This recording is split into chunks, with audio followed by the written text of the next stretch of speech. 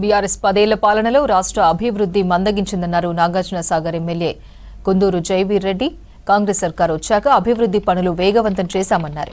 నల్గొండ జిల్లా తిరుమలగిరి సాగర్లో ఐకేపీ ధాన్యం కొనుగోలు కేంద్రాన్ని ప్రారంభించారు ఎమ్మెల్యే. రైతులు ధాన్యాన్ని మద్దతు ధరకు ప్రభుత్వం కొనుగోలు కేంద్రాల్లో అమ్ముకోవాలని సూచించారు. అలాగే తిరుమలగిరి మార్కెట్ యార్డులో 4 ఎకరాల భూమిని ప్రభుత్వ కార్యాలయాల కోసం కేటాయిస్తున్నట్లు తెలిపారు ఎమ్మెల్యే.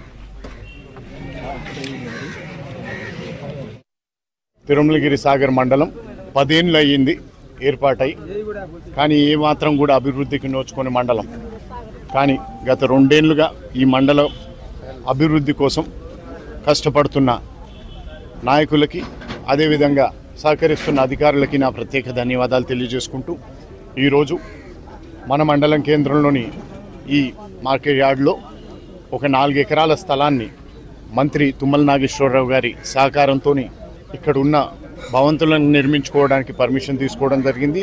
దానికి అనుగుణంగా ఆర్డర్స్ కూడా రావడం జరిగింది. అందులో ఎంఆర్ఓ ఆఫీస్తో పాటు ఎండిఓ ఆఫీస్, అదేవిధంగా పిహెచ్సి కూడా నిర్మించడం జరుగుతుంది. ఇంకో మిగిలిన భూమి కూడా మన మండలంలో కావాల్సిన మిగిలిన భవనాల కోసం మనం ఏర్పాటు చేసుకునేందుకు వీలుంటుంది.